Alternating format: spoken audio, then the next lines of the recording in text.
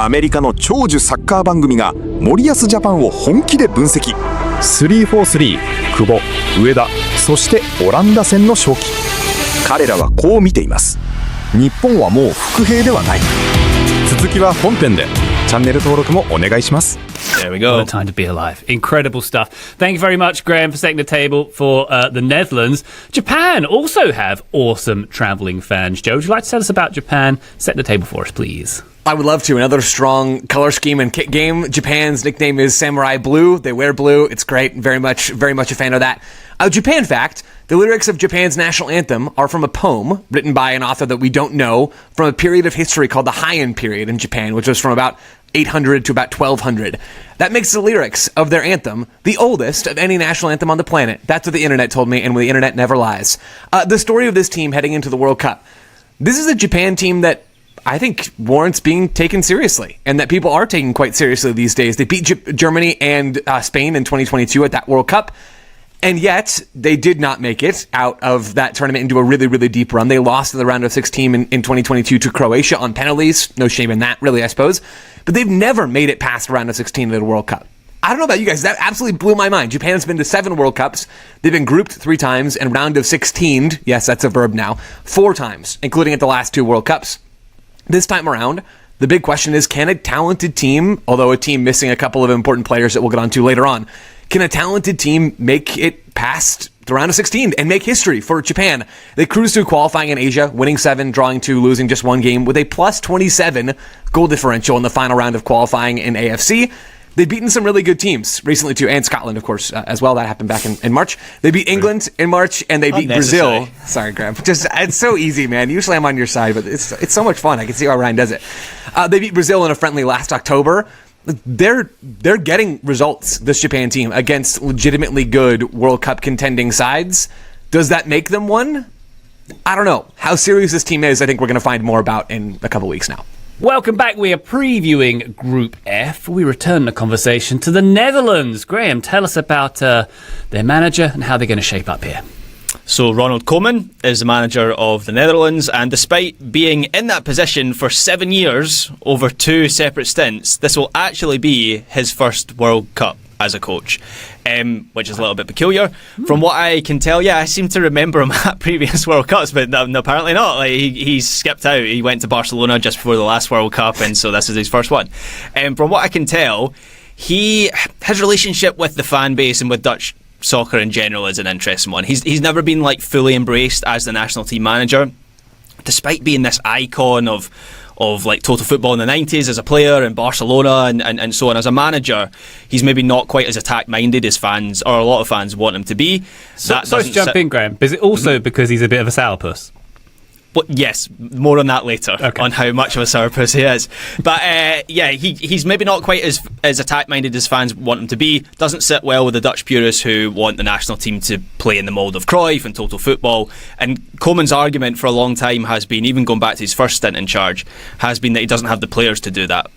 But this has been a consistent complaint against him, because Barcelona fans also had the same problem with Koeman. I don't know how he keeps getting these jobs where he's expected to play a certain way when he doesn't ever do that. Like, he was an Everton manager, of course he doesn't play that way. I don't want to go over the top on that, because broadly speaking the Netherlands do still play in the front foot because of the talent that they have. But Koeman frequently seems to be at odds with the Dutch media, partly because, to your point, Ryan, of the way he is. For example, he made a big point in March that he wouldn't consider players who weren't playing every game for their club team and weren't 100% fit. He's had to roll that back slightly because of the injuries. But he's abrasive at times, and I think he has a difficult relationship with the fans. In terms of tactics, he tends to set the team up in a 4-2-3-1 shape, which in itself is grating for many supporters because of the history of using a 4-3-3. Obviously, that's not far away from a 4-2-3-1, but the way the Netherlands set up against the ball is in a mid or even a low block. They will stay in their 4-5-1 shape in defensive phases, and a lot of people believe they should be more proactive in their press, and it's a constant criticism of Koeman's approach. The way that Koeman sets up his midfield is frequently with a deep-lying midfielder and then 2 more advanced midfielders in front of them. And this is frequently where the Netherlands are strongest, because they do have a good number of options in that area of the field. Looking at the rest of their attacking approach, he wants to get wingers into 1v1 situations. He wants overlapping fullbacks, which is another area where this Dutch team have good options. More on that later. They can be dangerous in transition. They can also be really weak defending in transition in the other direction as well. I think they very much will be a decent watch. I've enjoyed watching this Japan team in preparation for this show, in watching them play the U.S. men's national team last year. Their manager, Hajime Moriyasu, 57-year-old Japanese manager who enjoyed 35 caps with Japan as a player. He was the defensive midfielder back in his day. After his playing career concluded, he coached in club level at Japan, and then with the Japanese youth national team set up. He's now been in charge of Japan since 2018, so he's going into his second World Cup. That's a long time for a national team coach. You don't tend to see that sort of longevity. We'll come back onto that in just a minute. We talked earlier about how his Japanese team in 2022 beat Germany and Spain, eventually lost to Croatia in the round of 16. Tactically, this team tends to use a 3-4-3 as a base shape, though they've also experimented with a 4-2-3-1 under Moriyasu.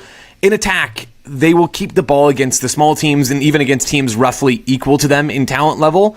They will cede possession to the big teams. They had 27% possession against Germany at the last World Cup, 33% against Brazil last fall, 30% against England in March. I think that paints a pretty clear picture. Now, as far as this group is concerned, I have genuinely no idea how Japan will approach their game against the Netherlands. I think that could be one of the most fascinating games of the entire group stage. I think they will end up owning a lot of the ball against Sweden, or at least being close to parity, and I think they will absolutely control possession against Tunisia. What that results in terms of the Netherlands game, I really don't know. I mean, the Dutch, I imagine, will have more of the ball in that game, and we will see Japan flex into a different setup, but it's a really interesting group for Japan and for how they play. When they do have possession, they tend to have short passes rather than really long ones, but are quite progressive, even without those long aerial balls. In defense, they're very willing to press, and they like to do that, but they're also willing to be compact. They'll keep their midfield lines quite narrow, they'll deny access into central spaces, and this helps them be devastating on the counter. And I think that continuity that Japan have enjoyed, in part because they've had Moriyasu at the helm for so long now, coming to the end of his second cycle, that continuity has allowed them to be flexible and to be effective in how they play. There's a lot of different wrenches that this Japan team can throw at you. Yes, positionally in terms of their formation, although again, I do expect to see that 3-4-3 in possession, that 5-4-1 in their defensive block, but also in terms of their principles. Like, if the game state changes, Japan can change with it. If the opponent changes, Japan can change with it. You could say that it would be better if they had just one dominant style and they could impose themselves on the game. Yes, everybody wants to do that, right? But only 5 or 6 national teams on the planet on the men's side can actually do that.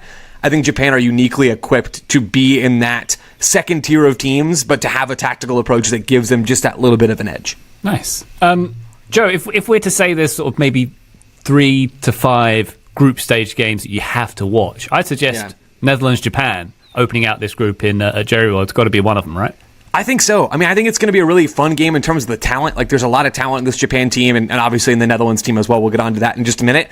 But also for the tactical reasons that I mentioned, I think this is a game that is balanced, right, in a lot of ways, and I don't know how many of those games we're going to get in the group stage between teams that could actually go and make a run. Plenty of balanced games between teams that maybe we don't have high expectations for. But yes, Ryan, this game would be towards the top of my list. Is something that I spotted when I looked at a few of their games. I have to be honest, while Coman does get criticism, like I've laid out the narrative on Coman and it's well established, when I watched this team, like, I still found them entertaining. I still find them fluid. A lot of the time it is when you look at the team, a 4-3-3 with wide forwards and then rotations through the middle. I think just because they have players who are used to playing that way in club level, and Coman doesn't have that much time with them to fundamentally change the way that they play.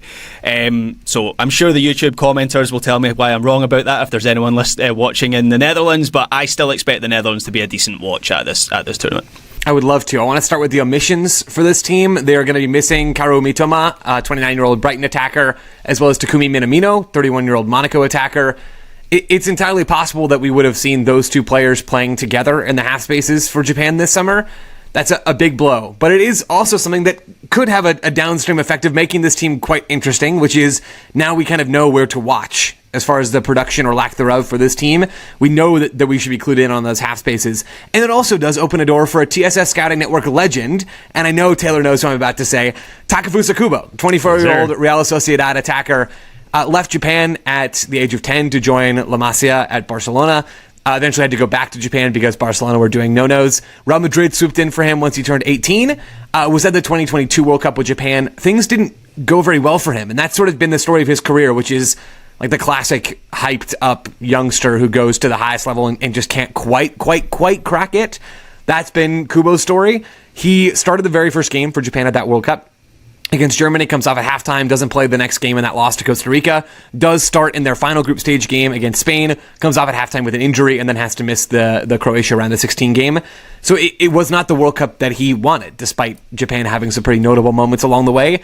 This season, he's played 1,500 minutes in La Liga for Sociedad, missed more than 2 months with an injury, so he is very much a key player for them, and is going to need to be a key player for Japan. I think Japan very much will have to rely on Kubo to be maybe not the player that everybody hoped he could be at one time, a long time ago, which is already unfair, right? Like it's kind of sad to do that to anybody. But he is going to have to be very important for them, especially with those injuries to Minamino and Mitoma. As far as other key players in this team, in goal, Zion Suzuki is likely to be starting. FIFA put out this really cool graphic of players that are playing players playing for national teams that are not the national teams of their birth country. And so you could go through and see the U.S. having, Malik Tillman and Serginho Dest and all these players on there, right? Mexico having Brian Gutierrez and Obed Vargas born in the U.S. Then Japan, you see a little American flag next to Zion Suzuki. Very much a what could have been for the United States. 23-year-old Parma goalkeeper, born in New Jersey, raised in Japan, played with Japan's youth national teams and now at their senior team. He is quite good, very, very quite good. He will be the anchor for this Japanese team. At center back, Ito, Bayern Munich center back, former Stuttgart center back, moved to Bayern in 2024. Not a regular starter for Bayern by any means, but he's a good player. Like, you don't end up at Bayern Munich and actually playing real Bundesliga games without that being the case. Tsuyoshi Watanabe, 29-year-old Feyenoord center back, will likely be in the back three with Ito. He started 30 games for Feyenoord this past year in league play. As you inch your way up the field, there's a little bit less clarity when it comes to the wing-backs and the attacking midfielders, because we've seen Frankfurt's Ritsu Duan and Celtic's Daisen Maeda at wing-back, but both those players can play a little higher up in the half spaces as more as wingers as well. Midfield, though, really is the strength of this team, as far as I'm concerned. The midfield and the center back, I think the spine is really nice. Daichi Kamada at Crystal Palace, Wataru Endo at Liverpool, Kaishu Sano at Mainz, Ayo Tanaka at Leeds. Like, real steely quality players who can move the ball and are not incapable defensively. There's a lot to like about all that stuff. And then striker, Ayase Ueda looks like the starting striker. He scored 25 goals for Feyenoord this past year. He scored everywhere he's been, man. I always think about, not that this worked for Atlanta United, I think about Garth Lagerwey talking about striker quality and sort of his theory, or at least, it seems like this was his theory over the years in Seattle and then in Atlanta when they're looking to sign a new striker, is you want a guy who scored double-digit goals in multiple leagues, right? That shows that they can translate from one environment to the next, not just this 22-year-old who's only scored in Belgium and then comes to MLS and you don't have as much confidence in that translation. You want someone who's already made a move to another country in a different environment and who's put up goals in a different system with all those other factors.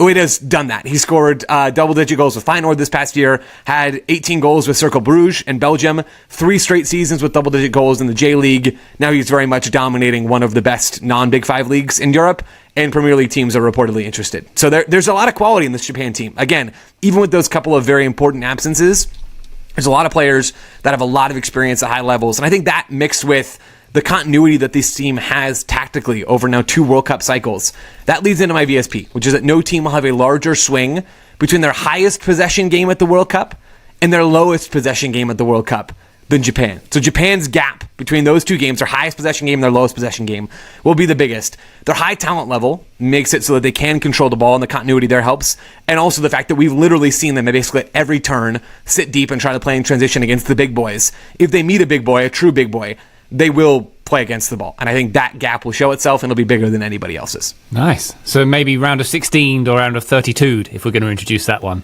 Yeah, well. I think so. I think it'll be in the knockout rounds where at least the bottom end possession figure kind of comes into play. And give us a number on the percent here. Are we thinking sort of 30-ish to 35% the gap here? What are we thinking? This as long Ryan's as really trying to pick up some VSP points. I'm not going to give you a number for my VSP. No, I think my prediction's good on its own. I could see them having like 60-ish% against a team like Tunisia potentially, and then I could see them having high 20s. And that would be a bit extreme, but somewhere around a 30 or more % gap feels about right. I like it. Flexibility, very good. I'm excited to see Japan play. Thank you very much, gentlemen, for your previews. Are we thinking Japan, Netherlands, Sweden, Tunisia? How's that sound? How's that sit for a rank? I'd flip the top 2 and go Netherlands, Japan, Sweden, Tunisia. Okay. Consensus? Anybody? I think I'll go Japan, Netherlands, Sweden, Tunisia. Yeah, I like it. If Kira Matoma was fit, I would go Japan top. I just worry about like their top end talent in the attack, which is obviously what I said about the Netherlands, but they do have like it's a bit different, eh? Yeah. So I'll go Netherlands top, and then Japan, then Sweden, then Tunisia. Marvellous. There we go. Group F done.